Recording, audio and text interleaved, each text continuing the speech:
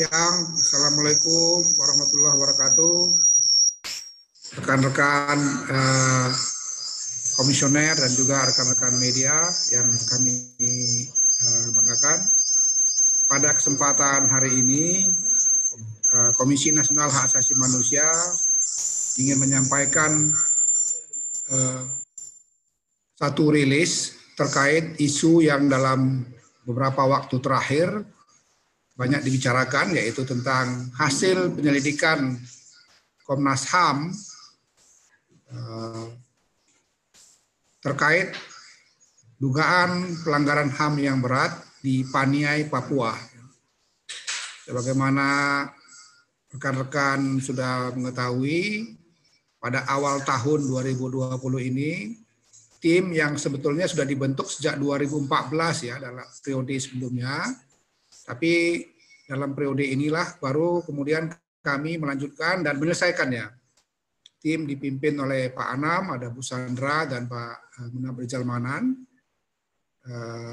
Cukup lama juga bekerja karena ada jarak waktu dari peristiwa dengan waktu melakukan penyelidikannya, maka kemudian alhamdulillah akhirnya menyelesaikan penyelidikan itu dan kemudian sudah menyampaikan hasil penyelidikannya kepada Jaksa Agung Republik Indonesia beberapa bulan yang lalu, kurang lebih di akhir tahun 2019.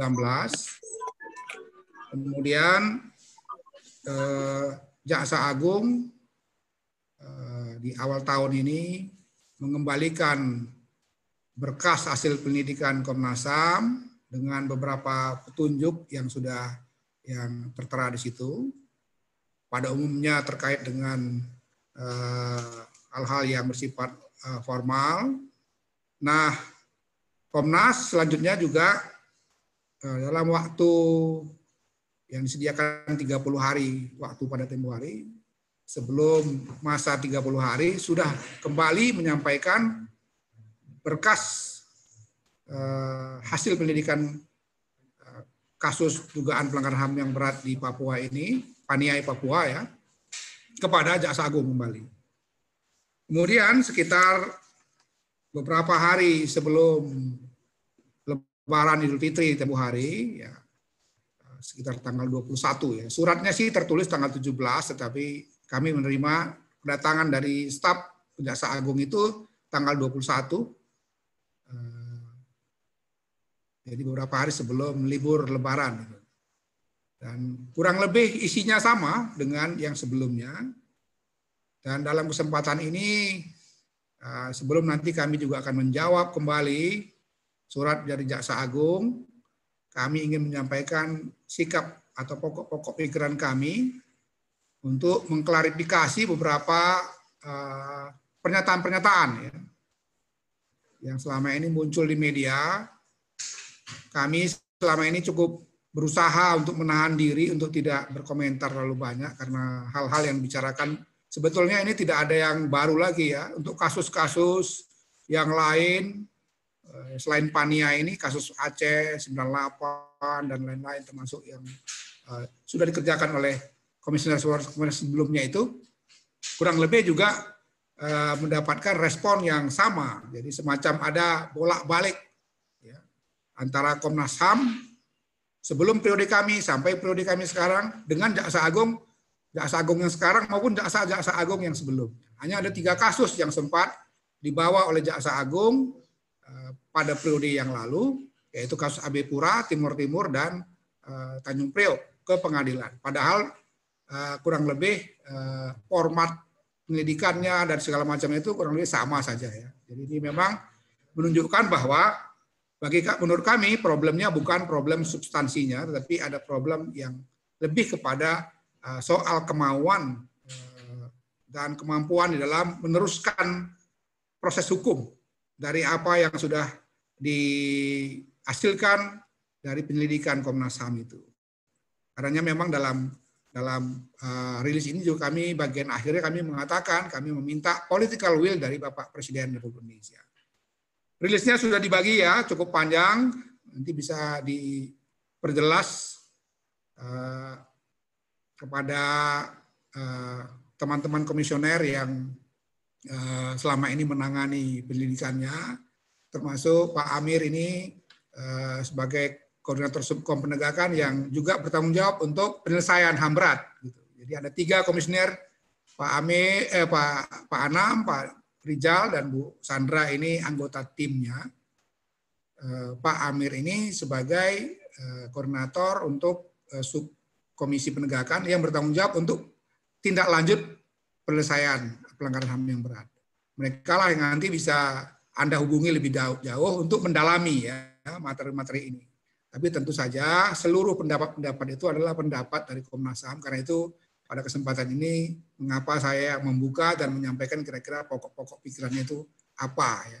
Baik, saya kira untuk tidak memperpanjang waktu, memperdalam materi yang sudah disampaikan dalam bentuk tertulis dan tadi sedikit banyak introduksi dari saya selaku ketua. Sekarang ini saya persilakan Pak Rizal ini, salah satu mewakili tim penyelidik ya, untuk menyampaikan pokok-pokok pikirannya. Nanti dilanjutkan oleh Pak Amir, Pak Anam, Bu Sandra, dan silakan kalau ada pertanyaan-pertanyaan, saya langsung juga memoderatori konferensi pers siang hari ini. Saya persilakan Pak Rizal, silakan, monggo.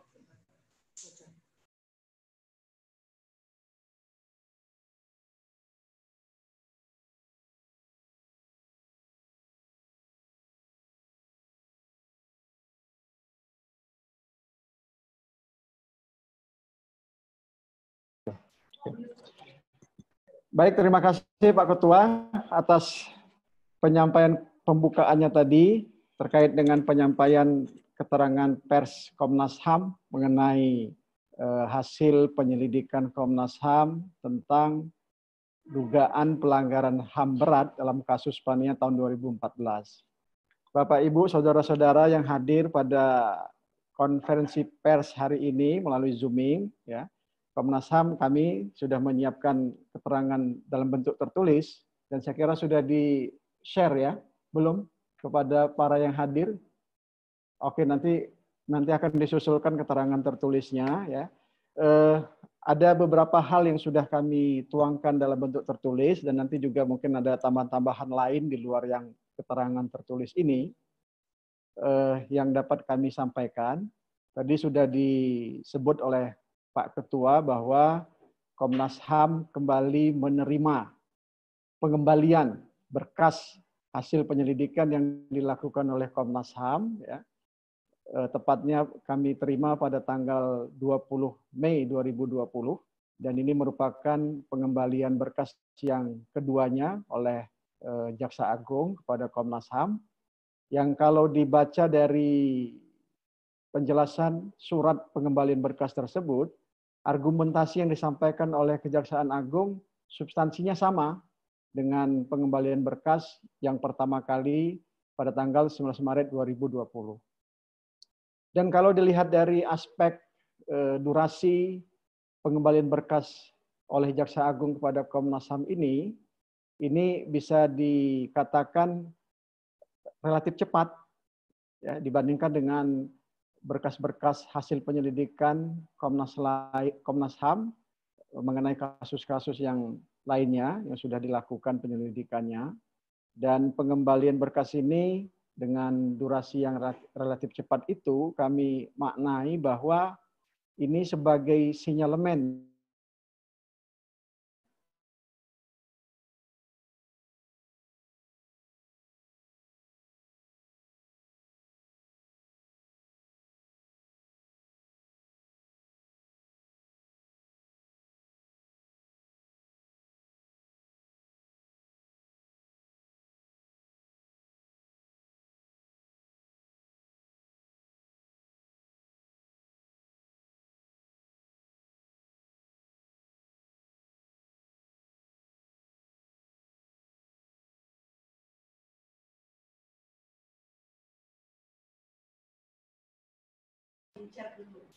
Mohon maaf, ini lagi ada gangguan teknis sinyal.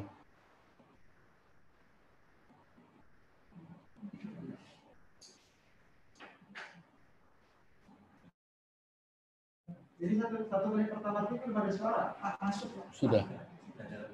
Ada suara. Tadi 1 menit pertama ada suara nggak? Ada. Hilang. Ya, hilang.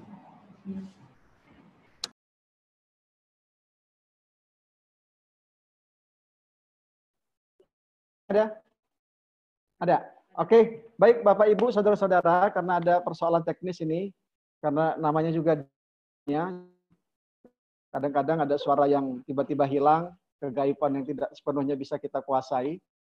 Saya ingin lanjutkan, saya tidak tahu persis tadi batas poin yang mana yang saya tiba-tiba suaranya hilang, tapi saya akan coba ulangi lagi poin yang agak lebih awal, ya meskipun tidak dari awal betul, bahwa Komnas HAM memanai pengembalian berkas hasil penyelidikan kasus Paniai yang kedua kalinya oleh Jaksa Agung ini sebagai sinyalmen kuat bahwa Jaksa Agung tidak atau belum ya menunjukkan keseriusan yang sungguh-sungguh, itikat baik yang sungguh-sungguh untuk menindaklanjuti hasil penyelidikan Komnas HAM tersebut.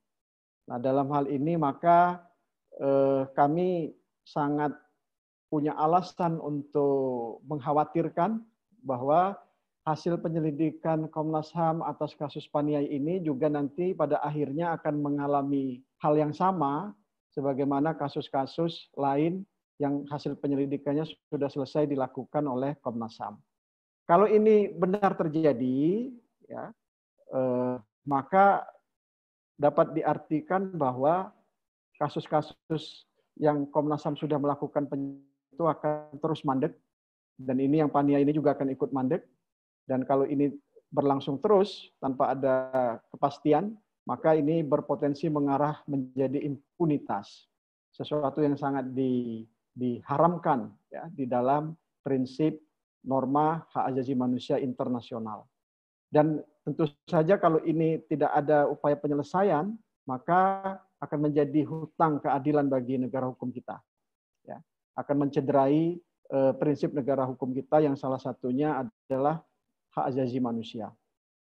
Oleh karena itu, Bapak, Ibu, saudara-saudara yang hadir dalam konferensi pers hari ini, Komnas HAM merasa perlu untuk menyampaikan bahwa agar ini tidak menjadi kasus yang tidak ada kepastian proses penyelesaiannya, maka Komnas HAM menyampaikan agar Presiden Republik Indonesia harus segera memberikan keputusan politik hukum sebagai otoritas ya, eksekutif ya, yang berwenang untuk memastikan kasus Paniai ini diproses sesuai dengan ketentuan hukum yang berlaku dan sesuai dengan prinsip hak asasi manusia. Apalagi memang Presiden sudah pernah menjanji secara terbuka di hadapan publik luas masyarakat Papua pada saat itu, ya, berapa hari setelah kejadian kasus Paniai ini pada Desember 2014, bahwa Presiden menginginkan agar segera dilakukan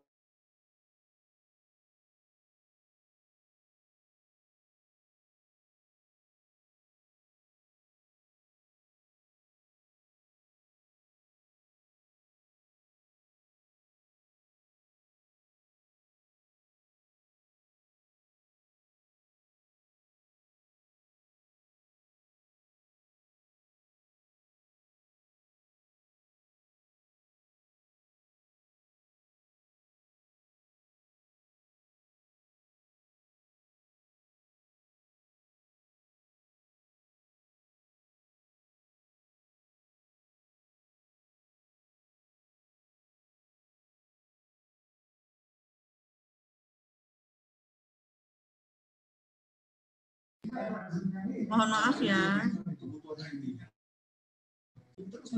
Mohon maaf ada gangguan sebentar.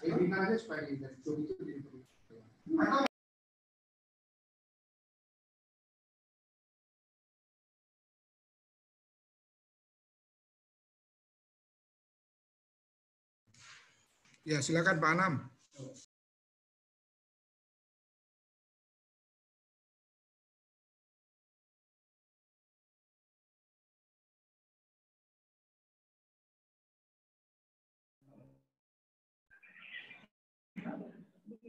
Gimana sekarang ada? Ada sekarang saya? Kalau ada saya cepat saja ini ya. Oke, baik. Sekali lagi Bapak Ibu, saudara-saudara ganggu lagi suara yang tiba-tiba hilang. Saya ingin lanjutkan bahwa berpendapat bahwa hasil penyelidikan dan hasil penyelidikan yang sudah dilakukan oleh Komnas HAM tersebut sebetulnya upaya yang dilakukan sesuai lingkup dan batas kewenangan Komnas HAM RI untuk melakukan penyelesaian sebagaimana yang dijanjikan oleh Presiden tersebut. Itu maka pendidikan Komnas HAM ini seharusnya ditempatkan sebagai upaya untuk mencari penyelesaian atas, karena sebelumnya sudah ada proses yang dilakukan oleh Menko Polhukam, ya, Kemenko Polhukam, TNI dan Kepolisian RI yang membentuk tim, tapi ternyata hasil dari lakukan itu tidak sesuai dengan prinsip keadilan dan hak asasi manusia. Bahkan terkesan sekarang tidak ada kejadian. Itulah saya melalui skema hukum dalam koridor pelanggaran HAM yang berat dimandatkan oleh Undang-Undang Nomor 26 Tahun 2000 itu sebagai upaya yang dilakukan oleh Komnas HAM mengupayakan berkeadilan yang dijanjikan oleh masyarakat Papua pada saat itu. Dalam kaitan dengan ini, maka Komnas HAM menyampaikan 5 hal penting. Ya. Pertama, Presiden harus memastikan proses penyidikan berjalan dan bekerja secara independen serta profesional sesuai dengan prinsip HAM. Yang kedua, Presiden harus memerintahkan bahwa terkait kasus Paniai agar bersikooperatif dan semua hubungan dengan itu dibuka. Yang ketiga, Presiden harus menegaskan bahwa siapapun yang mencoba menghalang-halangi proses hukum atas kasus Paniai agar ditindak secara hukum. Yang keempat, Presiden harus menegaskan bahwa jika sampai batas waktu tertentu tidak ada proses penyidikan dan penuntutan yang dilakukan oleh Kejaksaan Agung, maka Presiden dapat memerintahkan pembentukan tim penyidik dan penuntut independen yang menurut Undang-Undang Nomor 26 Tahun 2000 itu dimungkinkan, yang isinya adalah tokoh-tokoh yang kredibel. Dan kemudian yang kelima, jika memang Kejaksaan Agung masih terus menunjukkan ketidakseriusan, ya, atau mungkin ketidakmampuan, ketidakmauan untuk meneruskan proses pro justisia atas pelanggaran HAM berat dalam kasus Paniai ini, maka yang kelima, Komnas HAM menyampaikan Presiden dapat saja membuat kebijakan negara untuk memperkuat kewenangan Komnas HAM agar Komnas HAM melakukan penyidikan dan penuntutan atas kasus pelanggaran HAM sehingga kepastian hukum atas proses pengungkapan kebenaran dan penegakan keadilan dapat dilakukan. Itu 5 hal poin yang kami tuliskan dalam keterangan pers ini untuk menjadi perhatian oleh Presiden Republik Indonesia. Bapak, Ibu, saudara-saudara yang hadir, saya juga perlu menyampaikan bahwa Komnas HAM dalam melakukan penyelidikan terhadap kasus Paniai ini sudah melakukan secara profesional dan independen dengan berprinsipkan pada hak asasi manusia, juga memperhatikan praktik penegakan hukum dalam kasus pelanggaran HAM yang berat, baik di level nasional maupun di level internasional. Agak lebih teknis, ini mengenai apa saja pemeriksaan yang sudah dilakukan oleh Komnas HAM, bahwa Komnas HAM sudah melakukan pemeriksaan terhadap 26 orang saksi, meninjau dan memeriksa tempat kejadian peristiwa di Enarotali, Kabupaten Paniai, kemudian memeriksa berbagai dokumen yang relevan, kemudian juga melakukan diskusi dengan beberapa ahli, serta mengumpulkan berbagai macam informasi yang menunjang pengungkapan peristiwa kasus Paniai ini. Beberapa saksi yang sudah kami hadirkan, itu baik yang dari pejabat sipil, yang menjabat Menko Polhukam pada saat itu, kemudian perwira tinggi TNI dan Polri, ya, kemudian juga petugas keamanan lapangan yang bertugas di Paniai pada saat itu. Ya. Terkait dengan dari Kepolisian Republik Indonesia, ya, beberapa jenderal sudah diperiksa oleh Komnas HAM untuk dimintai keterangannya. Ya. Lebih jauh, Komnas HAM juga sudah melakukan uji forensik atas senjata api yang digunakan dalam peristiwa Paniai tersebut. Kami sudah mendengarkan keterangan, penjelasan, ya, baik dari keterangan resmi dari Puslap POR sendiri, ya, mengenai hal-hal yang berkaitan dengan uji forensik balistik itu, kemudian juga mendengar keterangan-keterangan ahli terkait dengan itu, ya, dan juga Komnas HAM sudah melakukan pendalaman mengenai kebijakan keamanan yang dilakukan oleh pemerintah di Papua, termasuk aspek legalitas perbantuan dan pelibatan TNI di sana. Jadi secara garis besar bisa disampaikan bahwa Komnas HAM dalam melakukan penyelidikan ini sudah bekerja secara serius, secara sungguh-sungguh, ya, untuk menguak hal-hal yang berkaitan dengan peristiwa yang terjadi di Paniai tersebut. Saya kira itu yang dapat disampaikan dalam keterangan pers ini. Sebagai penutup, perlu kami sampaikan bahwa setelah melakukan penyelidikan pro justisia tersebut, maka pada aspek formil dan material, Komnas HAM sudah pada level yang maksimal melakukan kewajibannya sebagaimana dimandatkan oleh Undang-Undang Nomor 26 Tahun 2000, ya, sesuai dengan lingkup dan batas kewenangan penyelidikan, yaitu untuk mencari dan menemukan ada atau tidak adanya peristiwa dugaan pelanggaran HAM yang berat tersebut. Saya ingin perlu menggarisbawahi, lingkup dan batas kewenangan Komnas HAM yang diberikan mandat oleh undang-undang untuk melakukan penyelidikan adalah mencari dan menemukan ada atau tidak adanya peristiwa dugaan pelanggaran HAM yang berat. Dan setelah selesai melakukan penyelidikan dalam rentang waktu yang lama, Komnas HAM sampai pada keyakinan bahwa peristiwa tersebut ada dan tidak terbantahkan. Bahwa ada korban yang meninggal dunia, bahwa ada korban yang luka-luka, bahwa ada saksi, bahwa ada pelaku yang patut diduga dan harus bertanggung jawab, bahwa ada alat bukti yang ditemukan. Maka dalam konteks batas dan lingkup kewenangan Komnas HAM melakukan penyelidikan, maka Komnas HAM berkesimpulan berdasarkan hasil penyelidikan tersebut bahwa peristiwa dugaan pelanggaran HAM berat di Paniai tersebut ada. Nah, sekarang sebagai mata rantai untuk penyelesaian, untuk upaya penyelesaian kasus ini, maka tahapan berikutnya ada di Jaksa Agung.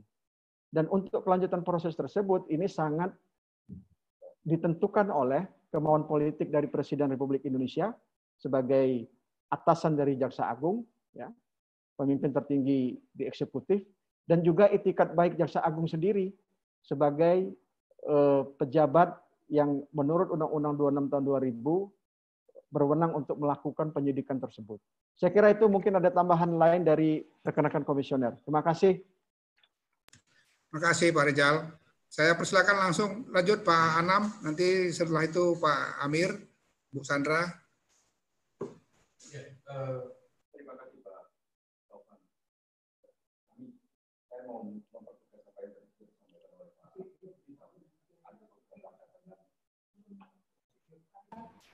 Oke, terima kasih Pak Taufan. Saya hanya mempertegas saja beberapa hal yang sudah disampaikan oleh Pak Munaf Rizal.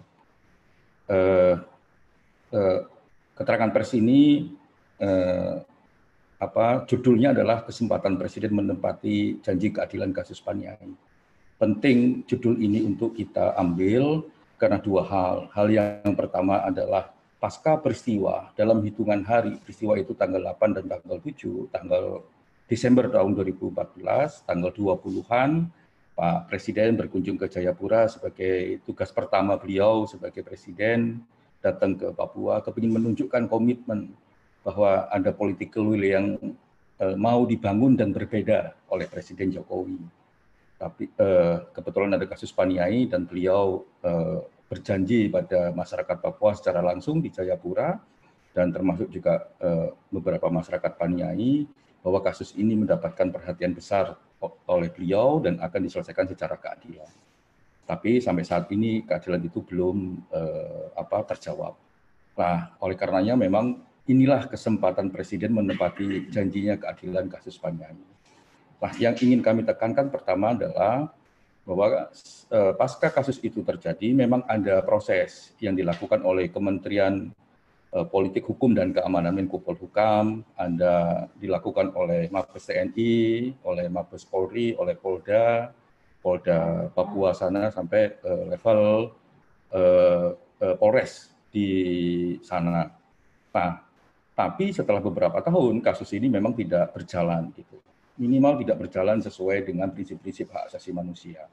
Oleh karenanya Komnas HAM dalam prosesnya akhirnya menemukan berbagai hal gitu. Termasuk dalam konteks pro justisia ini kami memeriksa seperti apa yang dikatakan oleh Pak Rizal, itu kami memeriksa berbagai dokumen termasuk dokumen-dokumen yang sudah dihasilkan oleh Kementerian Politik Hukum dan Keamanan Menko Polhukam, oleh kepolisian dan lain sebagainya. Jadi memang kami bekerja tidak dalam ruang kosong, tapi kami bekerja dalam ruang yang juga melihat proses-proses sebelumnya yang pada akhirnya memang sampai detik ini tidak bisa menghasilkan keadilan bagi korban di Paniai. Oleh karenanya proses pro justisia, berkas perkara yang sudah kami limpahkan kepada Jaksa Agung sesuai Undang-Undang 26 tahun 2000 itu harus dimaknai atau dapat dimaknai oleh Presiden sebagai kesempatan yang terbuka, kesempatan untuk menepati janjinya. Nah, kesempatan ini memang punya prasyarat bagi Pak Presiden. Prasyarat itu kalau dalam rilis ini ada 5 minimal. Nah, yang pertama adalah Presiden harus memastikan bahwa proses penyidikan berjalan dan bekerja secara independen serta profesional sesuai dengan prinsip hak asasi manusia di kejaksaan.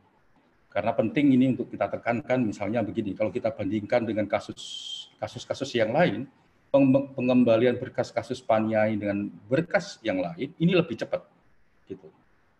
Makna lebih cepat ini bisa positif, bisa negatif. Kalau positif, ini sergap gitu.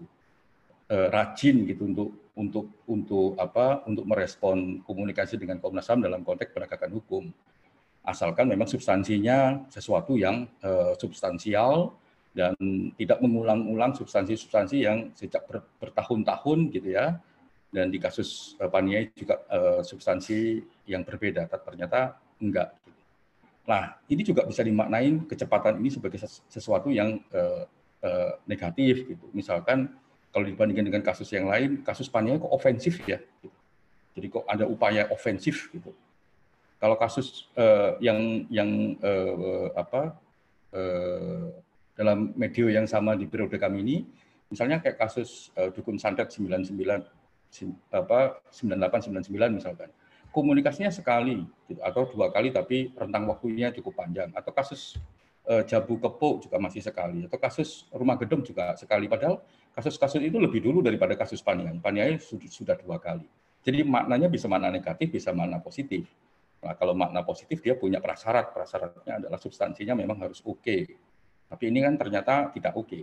Nah, sehingga maknanya bisa dimaknai sebagai satu hal yang negatif. Nah, itu terserah publik siapapun yang menilai proses ini.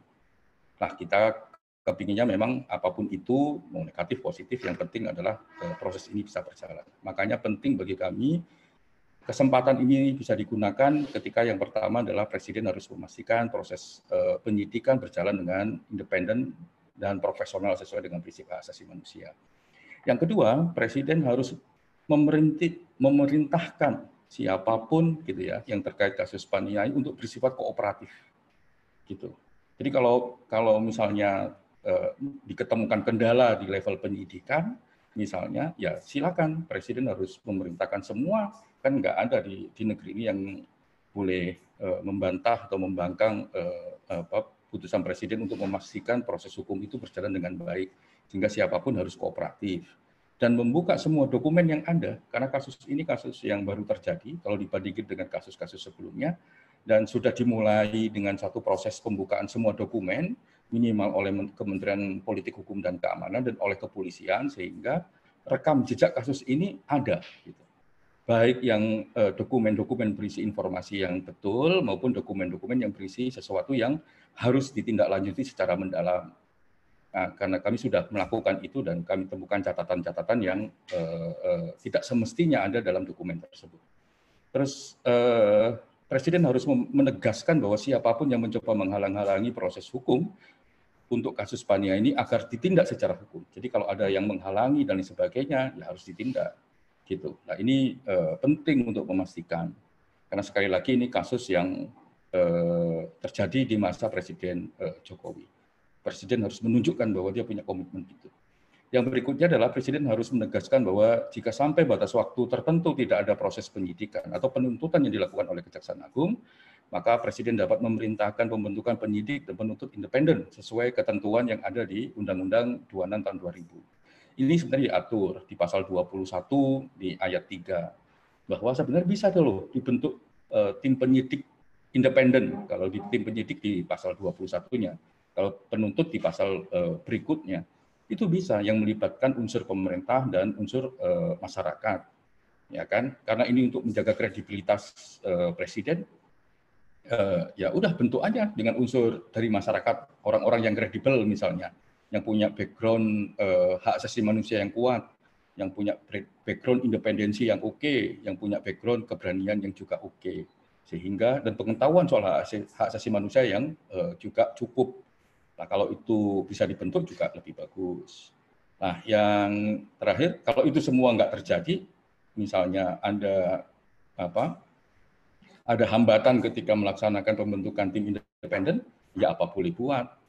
Ini jalan satu-satunya, jalan terakhir misalnya, Presiden juga bisa punya ide untuk bikin keputusan politik negara. Kasih wewenang yang lebih kepada Komnas HAM untuk menjadi penyidik misalnya, untuk kasus ini. Ambil putusan politik negara, tidak hanya politik kepresidenan, tapi politik negara. Biar mata rantai impunitas ini bisa kita putus. Nah itu yang kalau ini dilakukan, itu kasus Paniai menjadi kesempatan bagi Presiden untuk menempati janjinya atas luka keadilan bagi masyarakat Papua. Di tengah problem-problem Papua ini yang banyak gitu, kekerasan terjadi, ketidakpercayaan juga terjadi, urusan keadilan yang juga dipertanyakan, independensi dan sebagainya. Kasus Paniai dengan skema penegakan hukum hak asasi manusia itu bisa menjadi kesempatan yang baik bagi Presiden untuk menunjukkan bahwa beliau adalah pilar keadilan dan pelindung keadilan. Tunjukkan itu, Pak Presiden. Kalau enggak, ya enggak akan kelar-kelar. Nah, yang terakhir, seperti yang sudah dijelaskan oleh Pak Rizal, kalau ada tuduhan dan sebagainya bahwa kami tidak profesional misalnya, ya itu salah betul. Yang pertama adalah ini soal kewenangan. Yang terakhir adalah kalau kita lihat misalnya, kami sudah meriksa sekian orang saksi, termasuk saksi yang membuat kebijakan, termasuk saksi yang memerintahkan untuk melakukan proses di awal, ya kan, laporan penyidikan dan sebagainya, itu kami periksa semua, dan kami termasuk juga memeriksa laporan-laporannya. Gitu. Jadi kami memeriksa pejabat-pejabat di masa itu, di periode itu, Menko Polhukam kami periksa, terus beberapa jenderal juga kami periksa. Gitu. Jadi kalau dikatakan bahwa ini tidak kredibel, dari kita sebut jabatan dan kita sebut background pengambil kebijakan, harusnya ini sangat kredibel.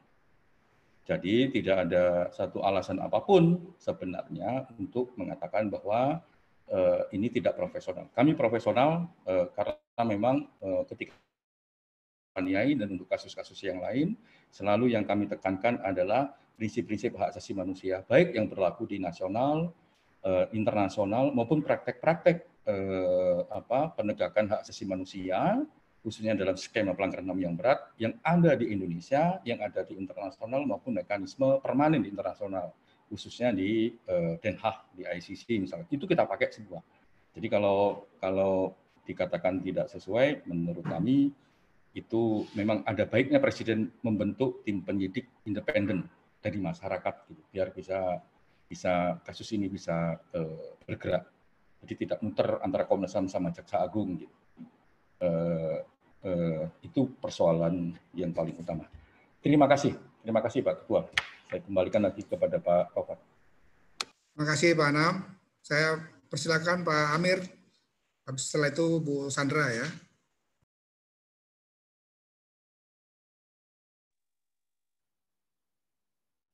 Ya, terima kasih Ketua. Saya mungkin singkat, saya tambahkan, ini menegaskan saja bahwa bagi kami di Komnas HAM, peristiwa yang terjadi di Paniai 8 Desember 2014, penyelidikannya telah selesai dan memenuhi kaidah-kaidah yang diperlukan untuk penyelidikan itu. Maka dari itu, dalam kesempatan ini, seperti tadi juga sudah disampaikan, saya tegaskan bahwa peristiwa Paniai ini hampir 5 tahun terkatung-katung, tidak ada jalan terangnya. Komnas HAM mengambil langkah sesuai kewenangan yang ada, menuntaskan hasil penyelidikan. Nah, kami berpikir bahwa dengan adanya hasil penyelidikan ini, ya, waktu yang 5 tahun terkatung-katung itu semestinya diakhiri dan menjadikan hasil penyelidikan Komnas HAM ini sebagai pintu masuk untuk menunjukkan adanya komitmen pada keadilan. Nah, oleh karena itu,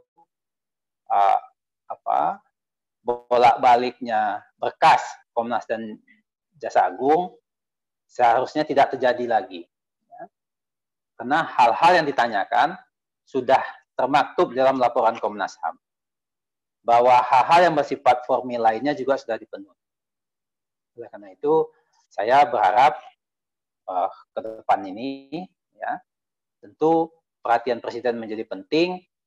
Kenapa? Karena 5 tahun janji Presiden terbengkalai itu di Papua untuk peristiwa Paniai ini.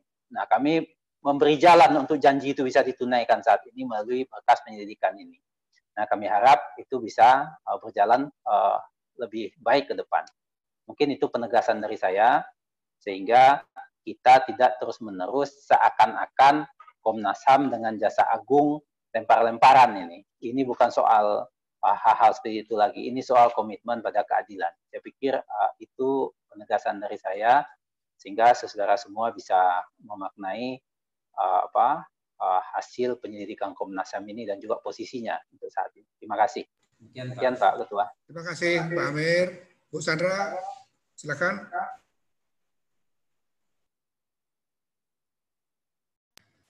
Terima kasih Pak Taufan, Pak Ketua. Selamat siang rekan-rekan yang saya hormati. Pendek saja, Pak Jokowi dalam nawacita pertama ya 2014-2019 itu secara eksplisit menyatakan akan menyelesaikan pelanggaran HAM berat. Baru diluncurkan bulan Desember terjadi peristiwa Paniai. Dan dalam program nawacita yang kedua, penyelesaian pelanggaran HAM berat juga masih tetap dicanangkan. Saya rasa sudah waktunya janji itu diwujudkan dan kami telah membuka jalan. Kami tunggu respons positif. Sekian dari saya. Terima kasih Pak Ketua.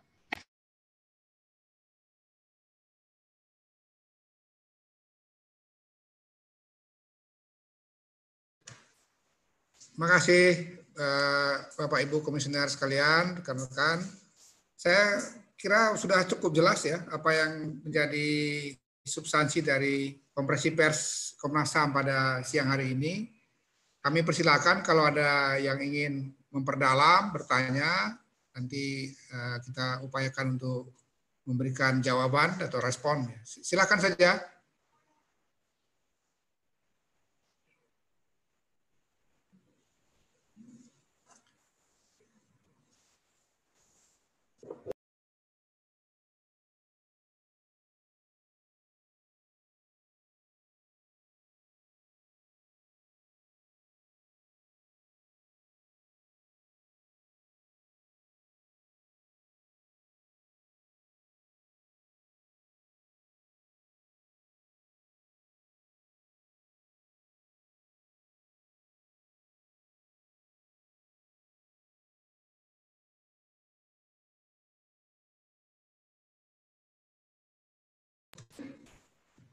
Ada yang bertanya?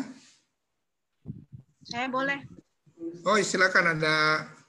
Oh, ada Anum Siregar ini. Apa kabar? Apa kabar Kak Anum? Alhamdulillah baik. Ya, maaf lahir batin ya. Minal aidin wal faizin. Ya, sama-sama.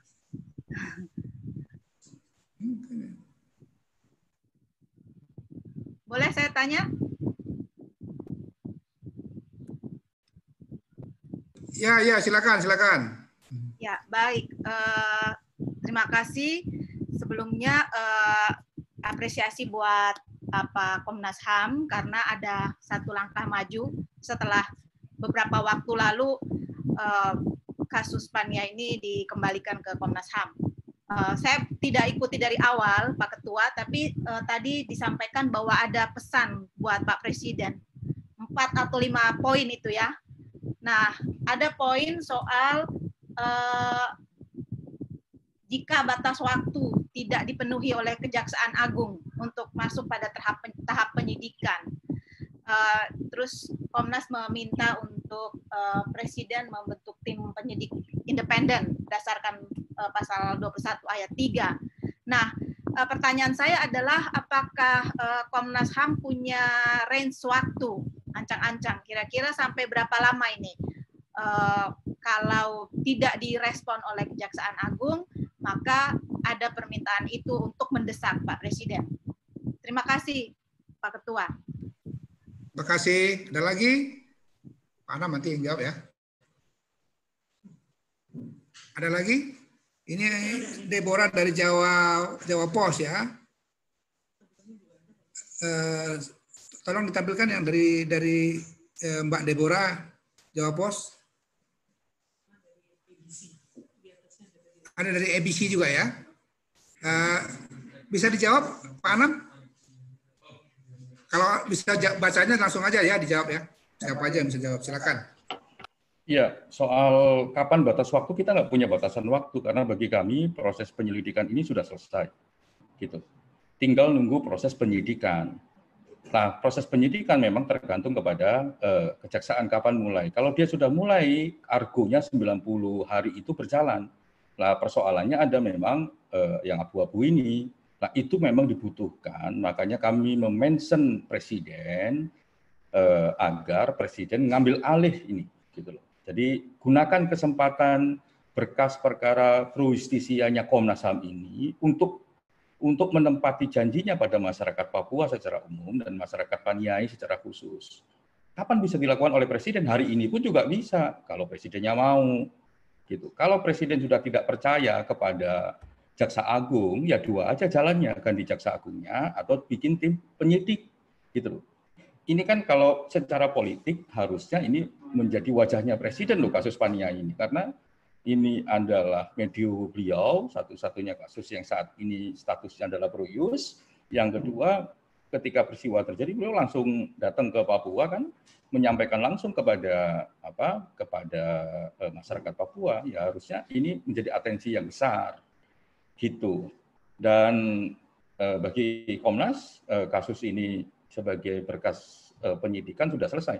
Nggak ada sesuatu substansial lagi yang bisa kami lakukan sebagai penyelidik, gitu. Kecuali Komnas HAM dikasih kewenangan sebagai penyidik, ya pasti banyak lah, gitu. Tapi itu kan nggak punya di Undang-Undang 26. Kami nggak punya kewenangan untuk itu. Kecuali terus ada Perpu misalnya, ya kami akan lakukan. Kalau ada Perpu misalnya 90 hari sesuai dengan skemanya Undang-Undang 26, kami akan bereskan itu. Kan ini sebenarnya kasus Pania ini harusnya kasus yang mudah, kasus yang sederhana. Apa mudah dan sederhananya? Kasusnya baru kemarin terjadi.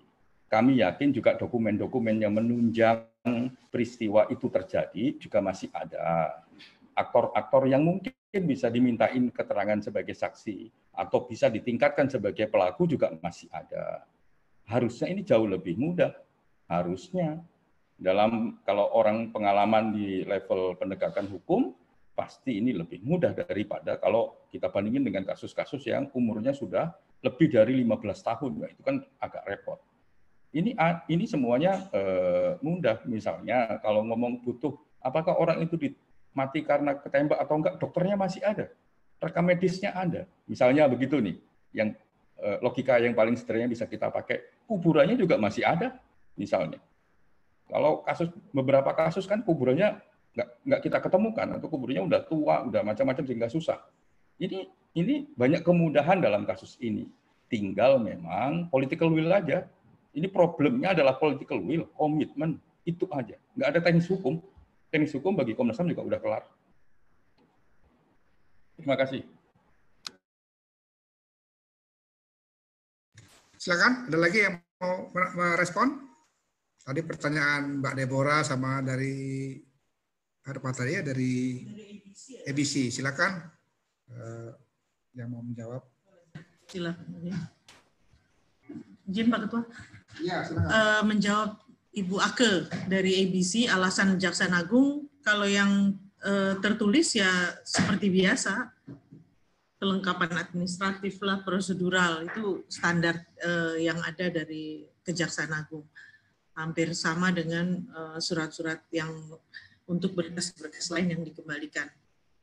Ini ada pertanyaan lagi Pak Anam dari Jawa Pos.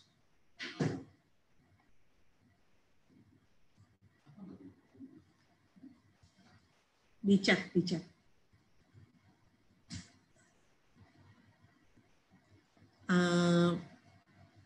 Untuk dokumen yang diperiksa dalam penyelidikan totalnya ada berapa dokumen, apakah sikap terhadap kasus Paniai juga akan merembet ke kasus yang lain, masih gantung akan ditagih kembali oleh Komnas ke Kejagung.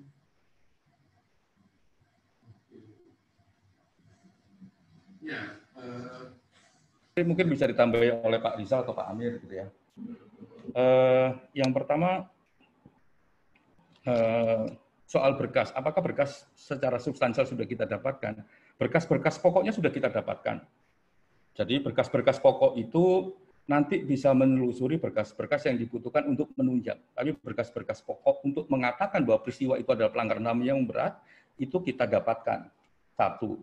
Itu juga kita uji dengan keterangan-keterangan orang yang membuat berkas gitu loh. Jadi memang secara pekerjaan di level penyidikan ini sudah secara substansial, apalagi nggak ada. Kalau memang mau ditambahkan itu seyogyanya pekerjaannya penyidik. Nah itu yang memang di framing untuk kepentingan penuntutan gitu. Tapi sebagai hasil dari pekerjaannya Komnas HAM harusnya pekerjaan penyidik ini tinggal 30% saja, nggak banyak-banyak gitu. Gitu. Kalau ini kasus biasa ditangani oleh Polsek misalnya, kelar ini kasus. Harusnya begitu ini. Gitu. Karena apa? Karena background besarnya dapat, dokumen formalnya juga dapat, orang-orang yang membuat dokumen juga kita periksa, orang-orang di lapangannya juga kita periksa, pokok soalnya apakah senjatanya dari mana dan lain sebagainya juga kita periksa prosesnya. Ya kan, terus bagaimana memperlakukan senjata dan lain sebagainya juga kita periksa, terus bagaimana alur komando dan pertanggungjawaban juga kita dalamin. Jadi semuanya sudah kita dapat, harusnya tinggal tindakan penyidikan. Nah, tinggal tindakan penyidikan itu kalau dalam konteks prinsip-prinsip hak asasi manusia dan praktek-praktek di hak asasi manusia, praktek-praktek ini ya pengadilan, penegakan dan lain sebagainya. Kalau kita contoh beberapa kasus Rwanda lah. Bosnia dan lain sebagainya, ini tinggal mudah. Makanya kami berani mengatakan ini kasus yang seharusnya ditindaklanjutin dengan cara yang mudah dan sederhana. Karena apa yang didapatkan oleh Komnas HAM udah cukup. Bahkan kalau kita tengok KUHAP misalnya, peran dari penyelidik ini melebihi apa yang dibutuhkan oleh penyelidik dalam konteks KUHAP, tapi kan ini dalam konteks Undang-Undang 26 tahun 2000, sehingga ini jauh lebih kuat dan komprehensif. Itu jadi itu terus ini pertanyaan apa lagi ya? Nah, ya tadi ada pertanyaan itu dari Jawa Pos. Dari Jakarta Pos. Nah, kalau tadi dari Jawa Pos, terus ini ada dari KPR yang soal berkas pengembalian itu kewenangannya siapa? Ya kewenangannya penyidik. Itu kewenangannya penyidik, gitu. Bukan kewenangannya Komnas HAM, gitu. kecuali misalnya Komnas HAM diangkat sebagai penyidik gitu. Atau jalan yang baik misalnya Presiden meminta kepada Jaksa Agung untuk membuat atau memerintahkan kepada Jaksa Agung agar Jaksa Agung menggunakan pasal 21 ayat 3 membuat tim penyidik independen misalnya. Kan banyak di sini aktor-aktor, tokoh-tokoh, akademisi ya kan yang memang punya background pengetahuan hukum yang baik, itu pengetahuan HAM yang baik, orangnya kredibel dan sebagainya untuk membantu Presiden misalnya karena Presiden sudah tidak percaya kepada mekanisme yang ada karena kasus ini sudah lama nggak kelar-kelar. Bisa ada kayak begitu. Jadi ini sebenarnya tugasnya penyidik. Kalau Komnas HAM sebagai penyidik, ini kelar nih kasus. Kasusnya baru terjadi kok. Gitu. Dan begini, aktor-aktor pembuat kebijakan di saat itu, ya kan, khususnya yang terus melihat misalnya apa yang terjadi, mereka turun ke lapangan, menguji peristiwa dan sebagainya, itu dalam proses penyelidikan Komnas HAM kooperatif kok. Gitu. Dan kami terima kasih untuk itu. Ini kooperatif, tinggal ya kan dinaikkan statusnya dalam konteks penyidikan. Mereka dipanggil kembali untuk diperiksa kembali. Saya yakin beliau-beliau ini mau. Gitu. Mau dipanggil Komnas HAM aja mau kok. Jadi tolong hargai juga komitmen-komitmen para pejabat kita waktu itu, ya, mau pejabat pemerintahan mau pejabat keamanan waktu itu yang sudah memberikan kesaksian dan memberikan informasi dokumen kepada Komnas HAM sehingga Komnas HAM bisa menyimpulkan bahwa ini adalah pelanggaran HAM yang berat. Beliau-beliau ini kooperatif. Tinggal ya eksekusi di penyidikan aja gitu. Jadi kalau dikatakan ini kewenangannya siapa, ini tinggal kewenangannya penyidikan. Bagi Komnas HAM ini selesai. Kecuali Komnas HAM dikasih tugas dan kewenangan yang lain di luar yang ada di Undang-Undang 26. Diperkuat misalnya, boleh aja. Itu jadi tugas Komnas HAM. Kalau sepanjang itu nggak ada, ya bukan tugasnya Komnas HAM. Terima kasih. Mungkin Pak Amir atau Pak... Ini ada pertanyaan yang agak teknis ini soal... bisa didetailkan nggak timeline ya? Kapan berkas Komnas HAM, Kejaksaan Agung, kapan dikembalikan pertama, dan kapan dikembalikan yang kedua itu? Silakan, ya. Saya kira itu bisa dicek nanti dirilis dan berita-berita sebelumnya. Oh gitu ya. Silakan ada respon lain. Ini juga ada pertanyaan dari Jakarta Post ini tentang kait apa ya? Oh iya ini ada tadi ya Pak Rizal mau jawab yang dari Jakarta Post ya.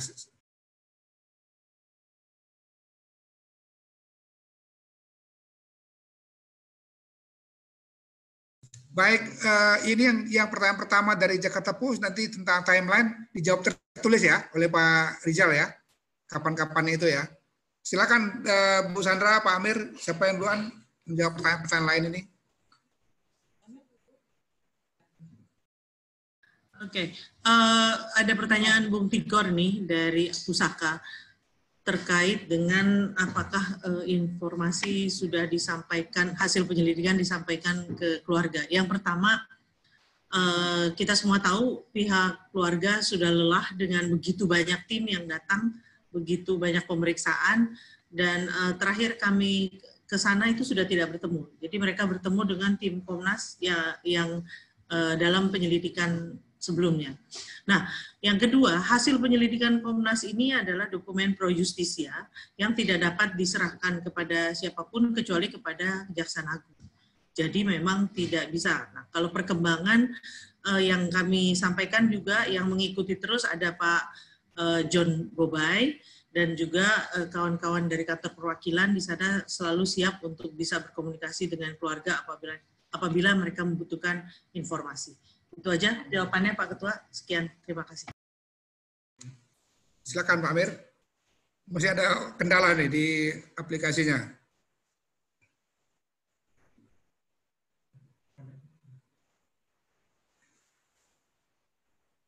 Ada pertanyaan tuh Pak siapa nih yang mau jawab?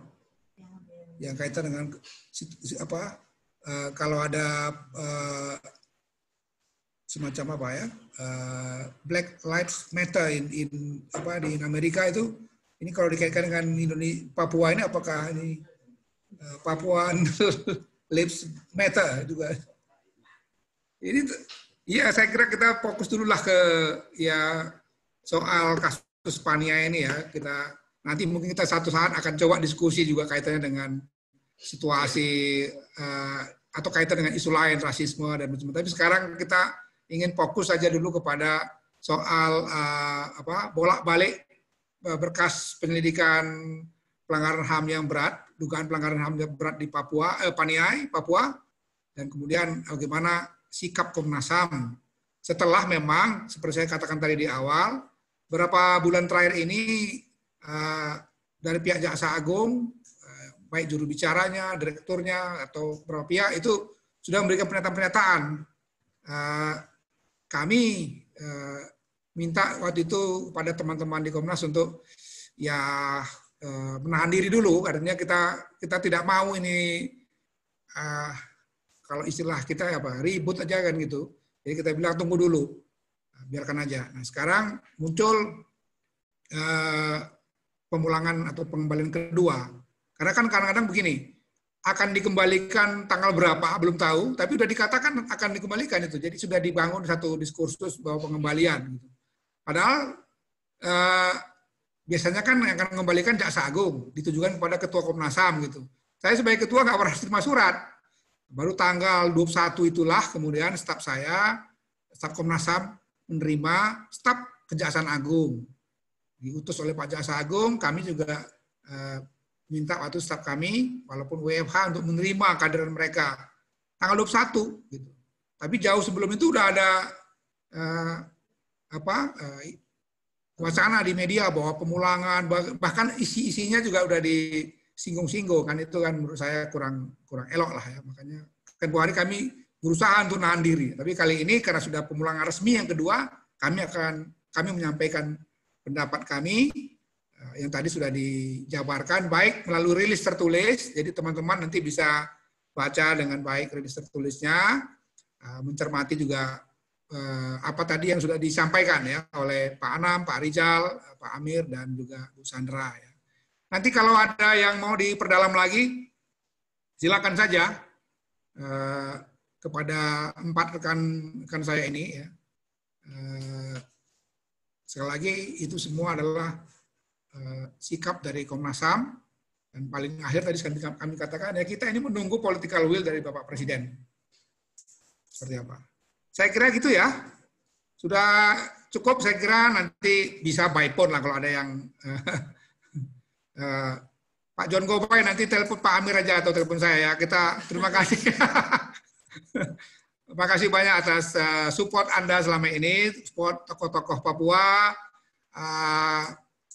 Ya mudah-mudahan masa depan hak asasi manusia di Papua semakin baik, karena waktu kita juga terbatas, aplikasi kita ini juga kadang-kadang banyak juga batasnya. Nanti kalau ada, sekali lagi saya katakan, kalau ada yang mau bertanya, mau perdalam lagi, silahkan ditelepon aja langsung ke 4 komisioner di sebelah saya ini, kemudian di WA juga boleh, didatangi karena mungkin mulai minggu depan sudah mulai agak ngantor 50-50 lah ya, 50%. Sudah PSBB DKI juga sudah mulai diregangkan, kemudian Menpan RB juga sudah memberikan surat edaran bahwa kantor-kantor pemerintah sudah boleh mulai bekerja. Jadi kita sudah mulai bisa lah kalau memang tatap muka, tapi ya tentu dengan distancing, dengan protokol yang kuat, karena Komnas HAM memastikan kami akan tetap memberlakukan protokol kesehatan. Seperti itu. Terima kasih sekali lagi, selamat sore rekan-rekan sekalian. Saya akhiri dengan billahi taufiq wal hidayah. Assalamualaikum warahmatullahi wabarakatuh. Selamat sore, salam sehat buat seluruh rekan-rekan media. Selamat berjuang terus untuk hak asasi manusia di Indonesia. Terima kasih.